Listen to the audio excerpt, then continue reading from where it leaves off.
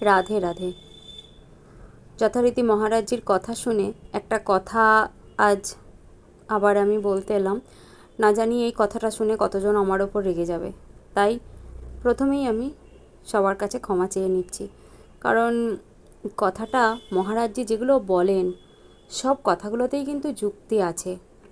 কারণ আমার তো মনে হয় মহারাজজি যেগুলো বলেন ওগুলো একদম যেমন সূর্য উঠবেই, চাঁদ উঠবেই, পৃথিবী ঘুরবেই, ঠিক সেই রকমই সত্য, যেটাকে বলা হয় চিরন্তন সত্য।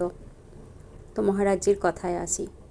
উনি বলছেন, ধরো, যার পরিষ্কার সোজা বাংলা কথা হলো, ধরো তুমি পুজো করতে পারো না, ঠাকুরের সামনে ধূপ প্রদীপ দেবার তোমার সময় নেই।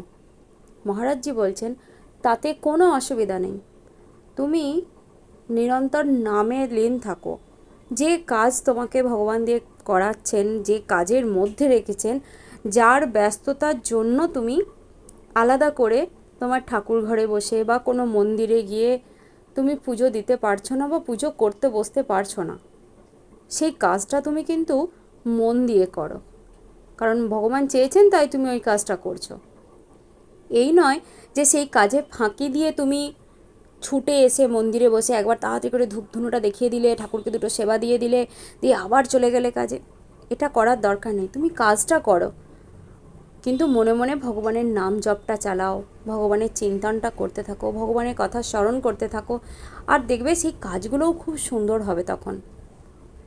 এমন নয় যে তুমি মন্দিরে বসে বসে পুজো করলে বা তোমার ঠাকুর ঘরে বসে বসে সুন্দর একটা খুব অপূর্ব একটা ধূপ জ্বাললে, একটা সুন্দর একটা প্রদীপ দিলে, ভালো ভালো সেবা দিলে ভগবানকে, দিয়ে যেমনি ঠাকুর ঘর থেকে বেরোলে মনে মনে চিন্তা করছো, ও আমার সাথে ওইটা করেছিল তো আজকে একবার পাই তাকে, তার কি করি একবার দেখো।